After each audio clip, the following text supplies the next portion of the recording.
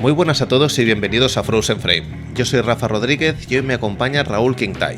Raúl es un docente, montador y director.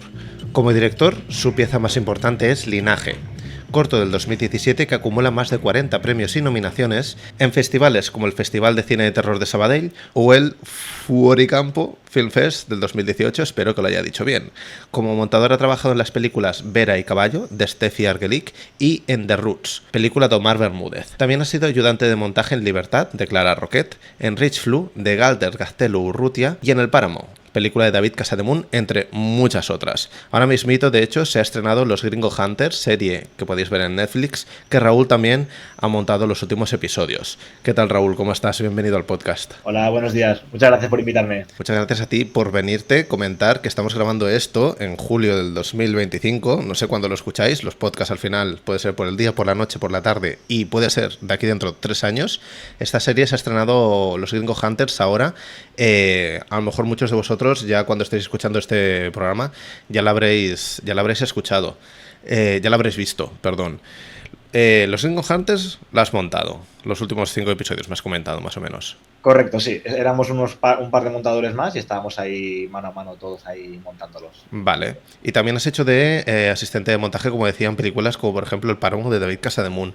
¿Cuál crees que tú es la diferencia de enfoque cuando eres montador y cuando eres ayudante de montaje? Para que la gente un poco que no esté en el mundillo pueda captar qué tipo de diferencia hay entre estos dos roles. Vale.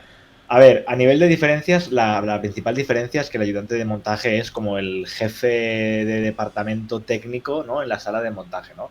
Es el que se encarga de decidir el workflow, es decir, el flujo de trabajo entre montaje y los demás departamentos, tipo efectos, sonido, conformado, laboratorio, rodaje. Pero a la vez también se encarga internamente de la sala de montaje, ¿no?, de preparar todos los materiales para el montador o montadora, ¿no?, de la sincronización, de sincronizar, de ordenar lo que es el programa de montaje. También, por ejemplo, esto ya depende de cada proyecto, ¿no?, porque cada proyecto es un poco un mundo y se trabaja de diferente manera, pero, por ejemplo, hace premontajes para que el montador tenga una base a partir de la cual trabajar. A veces también, pues cuando el montador pues se encarga de montar una escena, pues tú la sonorizas, la retocas, se la pones un poco más fina. Y depende, te digo, depende de cada peli. Yo en algunas pelis, como ayudante de montaje, me he encontrado pues que estaba mientras el montadora montaba una escena, yo me reunía con el director o directora y en paralelo íbamos montando. O sea que en este sentido también depende de la película y la creatividad que te deja el montador o montadora, pues puedes acercarte mucho más al oficio propio de montaje. Que el oficio de montaje es básicamente, pues para quien no lo sepa, ¿no?, que mucha gente se piensa que es cortar y ordenar planos. El montaje básicamente es como la segunda, ¿no?, reescritura de la película, ¿no? O sea, la película nace en guión, luego muere porque nace en rodaje. No es lo mismo un guión escrito por una persona que luego lo dirija Tarantino o Spielberg, cambia totalmente la peli. Y luego, pues en montaje se ve todo el material, se analiza, se toca la estructura, ¿no?, porque a lo mejor hay que mover escenas del sitio para que funcionen, se manejan los tempos, ¿no?, para darle ritmo, para dar la emoción, que es lo más importante a la hora de ver una película, ¿no? Para mí, yo considero que la emoción esté bien decirlo, perdona, que la emoción llegue al espectador, ¿no? Y para eso el montador maneja cada fotograma, cada segundo, con el fin de llegar a que conseguir en el espectador esta emoción que quieren conseguir a través del uso del tiempo, de las imágenes, de los sonidos, de todo, vaya. Como se nota que eres docente. Tienes el discurso bien aprendido. Total. ¿Tú llegaste al mundo del montaje de rebote? O sea, ¿tú cuando te empezó a interesar el mundo del cine ya era algo que tenías en mente o ha sido algo que eventualmente has ido cayendo ahí en el montaje? Pues la verdad es que es un poco curioso la cosa, porque a mí de pequeño, cuando estaba en la ESO, bachillerato, ¿no?, era la época de jugar mucho a la Play, ¿no?, al Call of Duty. Recuerdo que más que jugar me gustaba pues recopilar vídeos, montarlos, darle música, y yo pensaba en ese momento pues que lo que me gustaba era los efectos especiales, ¿no?, porque yo le ponía como efectillos, pero luego me di cuenta, o sea, me gustaba hacer vídeos sobre todo que dentro de lo que es Call of Duty me inventaba como unas historias y me inventaba como narrativa, ¿no? Y luego ya cuando me decidí a animarme a estudiar cine y descubrí lo que era el montaje, lo que es en sí el oficio de montaje, descubrí que eso era lo que me gusta, poder narrar desde pues con un material ya existente. Y a partir de ahí fue cuando lo descubrí, cuando ya me apasioné y ya descubrí que esto era lo mío. Se menosprecia un poco el mundo de la edición para Internet, de los vídeos Total, para Internet. Total. Hay empresas que pagan millones de euros para tener una imagen de marca, un branding elaborado a partir de vídeos y todo esto, y al final es un lenguaje que todo el mundo está muy acostumbrado a consumir en redes sociales. Ahí sí que creo que podemos hablar de consumo. Sí. Y lo que dices tú puede ser mucho parte de la escuela, ¿no? Para luego llegar a hacer algo profesional en cuanto a cine serio, para que nos entendamos. Claro, totalmente. Es que, por ejemplo, los directores, que ahora no recuerdo los nombres, de la peli esta de terror de Talk to Me, de Háblame, Sí, es verdad. eran youtubers, por ejemplo. Y mira, así llegaron y mira dónde están ahora, que ahora estrenan su segundo largometraje y el primero a mí me encantó, por ejemplo. También ha pasado con el mundo de la publicidad, todos esos directores que han llegado a partir de la publi, como Jonathan Glazer o directores de ese estilo, que siempre se ha menospreciado también un poco, ¿no? Que si vienen del mundo de la tele o de la publicidad y acaban en el cine, no son como directores puramente... ¿sabes? No son buenos directores. Sí, hay como un poquito de un estigma ahí, pero yo creo que cada vez se está rompiendo más con todo esto de las redes sociales y todo, que emerge más gente de ahí, voces nuevas, porque al fin y al cabo Internet y todo esto es un altavoz para gente que a lo mejor sin tantos recursos consigue hacer algo y pum, y muestra su talento. 100%, 100%. Tú como montador has visto muchas películas desde dentro. Como espectador has visto muchas películas desde fuera, pero desde dentro no sé si vas a contestarme esta pregunta desde dentro o desde fuera. Vale. ¿Cuáles son los 3 rasgos que tú crees que tiene que tener una buena peli para que tú consideres que es una buena película? Claro, o sea, mira, tanto desde dentro como de fuera, para mí lo más importante es la emoción. O sea, vale. Yo como si estoy viendo una película de terror y no me transmite la emoción de tener miedo, es que no funciona la película. O si estoy en una película más filosófica y no me da para reflexionar, para pensar, para meterme, no me da. Entonces, tanto como montador como internamente, eso es mi Biblia en cada momento cuando monto, pero si no como espectador es que es lo básico, porque si no me emociono con la historia, con los personajes, no hay película. Esto sería como lo básico, la emoción. Vale. Y luego, continuando pues con esto, los personajes, al fin y al cabo. Porque los personajes, sobre todo él o la protagonista, básicamente son los ojos siempre con los que el espectador ve la historia. Son como nuestros altavoces, ¿no? Para que nosotros nos metamos en la historia. Entonces, si no hay un buen personaje que te cautive y que te haga viajar, ¿no? Por la historia, la película no se aguantará porque te dará igual todo lo que pasa. Y luego, pues a lo mejor, en última instancia, evidentemente es pues la historia, que la historia un poco te interese, o la historia o mensaje, porque a veces hay películas cuya historia narrativa no es tan importante lo que en sí, sino pues lo que quieren transmitirte con el mensaje. Estos serían un poco para mí los 3 pilares. Vale. Lo básico para mí. En cuanto a la historia y la emoción, sí que veo que como montador puedes meter la mano, porque puedes forzar una emoción o diluirla, y la historia, pues al final, como es parte de la narración, pues puedes manipular lo que decías tú, ¿no? Esa segunda escritura de la película. Pero cuando los personajes, ¿tú crees que ahí es posible llegar a influir desde el montaje en los personajes? ¿O crees que es algo que es puramente de set, de escritura? O sea, todo influye, ¿eh? O sea, en montaje todo te comes todo lo que está, lo previo. Pero yo, por ejemplo, como montador, cuando he montado cosas, he tenido actores o actrices que estaban fuera del personaje y en montaje los reescribíamos, buscábamos tomas, cambiábamos todos, o incluso eliminar al personaje, si ves que no funciona. El personaje no funciona, lo coges y lo eliminas. O a veces le das un nuevo significado. Esto en una peli que hice, no lo llegamos a hacer, pero un personaje...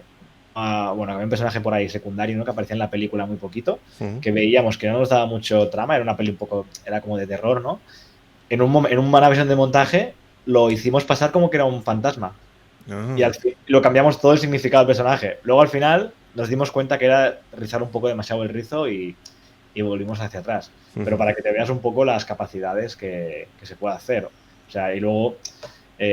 puedes reconstruir un poco la historia, ¿no? El montaje del personaje, pues con ciertos recursos, ¿no? Pues con añadiendo nuevas líneas de diálogo, reestructurando sus escenas, puedes hacer que un personaje que tenía una historia, un elemento de redención, se convierta en una historia de venganza, por así decirlo. Claro. Y tú desde tu rol de montador, ¿cómo consigues separarte de esto? Porque si tú estás trabajando en una película que emocionalmente tienes mucha vinculación, le has metido muchas horas, al final estás conectado viendo esto constantemente, lo que decías tú, viendo tomas alternativas, tomas desechadas.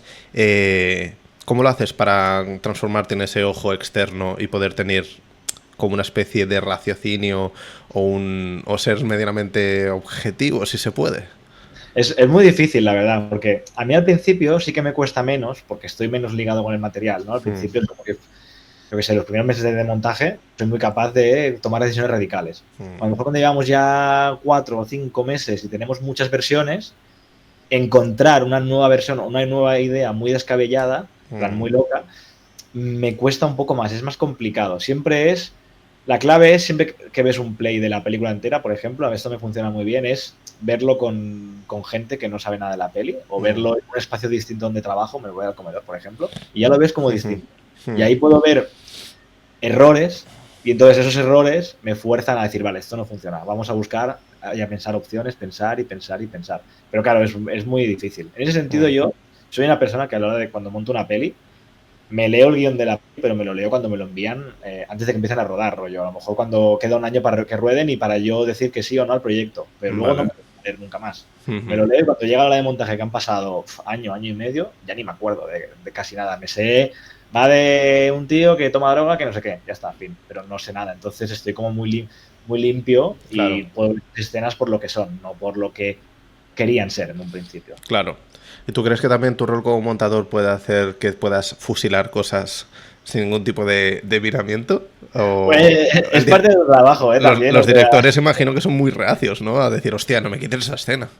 A ver, depende de cuáles, ¿eh? O sea, he trabajado con directores que, ya te digo, una de las escenas más caras, cogen y, oye, pues no funciona, pues fuera, es lo que hay. Siempre, evidentemente, hay gente que está, o sea, estás más enamorado a lo mejor de una escena, más de un plano, más de algo. Entonces también, o sea, como montador, nuestro oficio no es en plan yo tomo esa decisión, por ejemplo, de eliminar algo porque yo quiero eliminarlo, porque a mí no me gusta, sino porque yo creo que es lo mejor para la película. Entonces yo como montador estoy para ayudar al director o directora a contar su historia de la forma más cercana a su visión posible. Entonces a veces eso implica convencerles, ¿no? Entre comillas, ¿no? Hacer el trabajo de psicólogo, de decir, oye, esta historia, esta escena a lo mejor que tanto te gusta, no aporta lo que tú quieres contar o te resta, y haces como esta negociación. Pero bueno, al fin y al cabo lo haces todo para intentar que la película sea lo mejor posible. Y a veces pruebas una cosa, tipo, elimina esta escena, y luego lo ves y es un desastre. Pues bueno, puedes ir marcha atrás y recuperarla. Y no perfecto.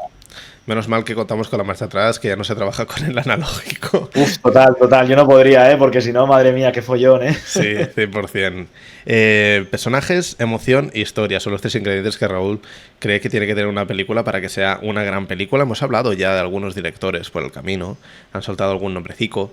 No sé si tienes en mente, si ¿te ha costado a ti decidir qué 2 directores o directoras traerías a cenar? Sí, la verdad es que uno, no mucho, la verdad, si te soy sincero. O sea, tú ya has visto mi estudio, o sea, uno sería George Lucas. Vale, es que la gente que nos está escuchando, cuando estamos hablando de esto, nos estamos viendo las caras y Raúl está inundado en merchandising de Star Wars. Total. O sea, tengo aquí un templo, un monumento a lo que es Star Wars. Y a mí es que Star Wars fue y sigue siendo, ¿no? Como lo gran que no descubrir el cine, pero a nivel de entretenimiento, de fantasías, fue lo que me cautivó y me sigue cautivando. Entonces, pues eso, evidentemente, pues estar con George Lucas, saber un poco más de su visión, que me cuente, ¿no? Porque creo que George Lucas es un director que para mí es mejor contador de historias que director. En el sentido, creo que tiene un imaginario muy bueno, tiene ideas muy buenas, tiene conceptos muy buenos. A la hora de dirigir, no digo que sea malo, ni mucho menos. A lo mejor pues evidentemente no tiene esta maestría de Nolan, por ejemplo, en el sentido hablando de directores más comerciales, ¿no? Por así decirlo. Pero creo que es un contador de historias maravilloso y conocer más de su universo me encantaría y me volvería loco. Sería como el número 1. Y aparte conocer la industria desde dentro, porque este tipo ya no es que sea parte del engranaje, sino que es es un engranaje muy grande. Sí, no, es que George Lucas junto con Star Wars, junto con Spielberg, con Tiburón, crearon lo que es el concepto de blockbuster, que es por lo que se conoce el cine hoy en día, básicamente. O sea, que es claro. Claro. Lucas, que tengo que decir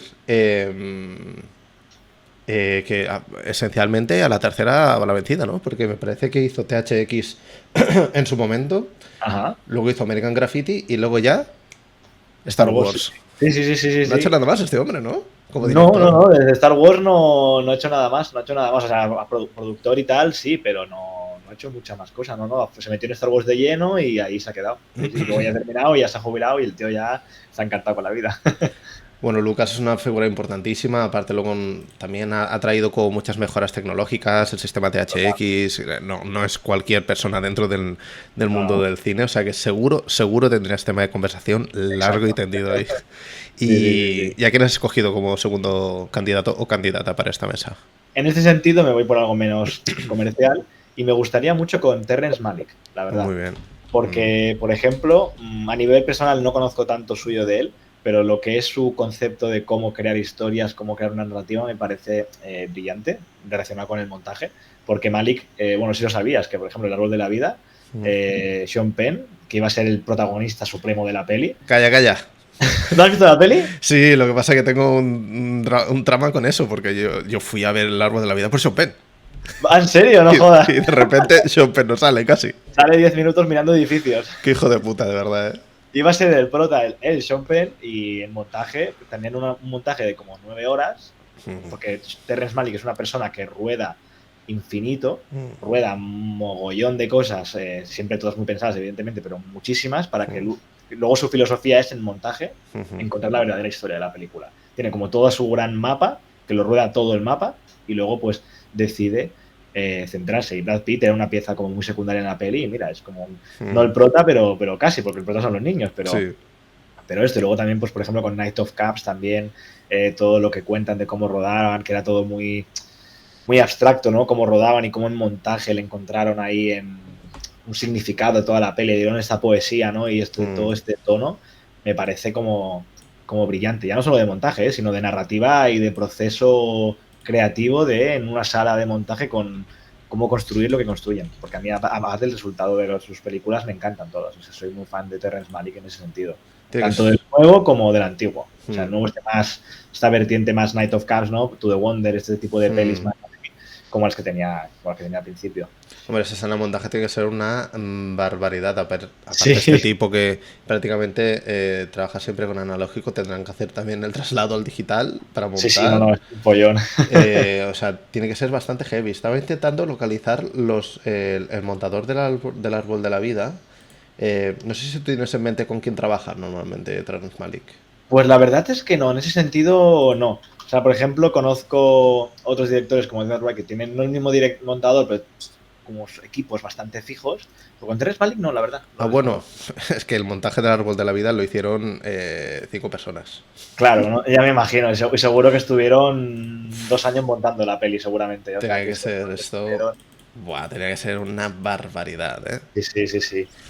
Muy bien, pues Terrence Malick y George Lucas son los invitados que trae Raúl a esa cena. Yo me asomaría probablemente a echar un vistazo porque, aparte, son como dos tipos que tienen como dos visiones muy diferentes del mundo del cine. A lo mejor Lucas la tiene un poco más industrial y Malick podríamos decir que es más cercano a lo que conocemos como un autor, aunque Lucas también es un autor porque ha creado un universo más propio que Total, bueno, es un autor, quiero decir, Star Wars, no hay que decir nada más.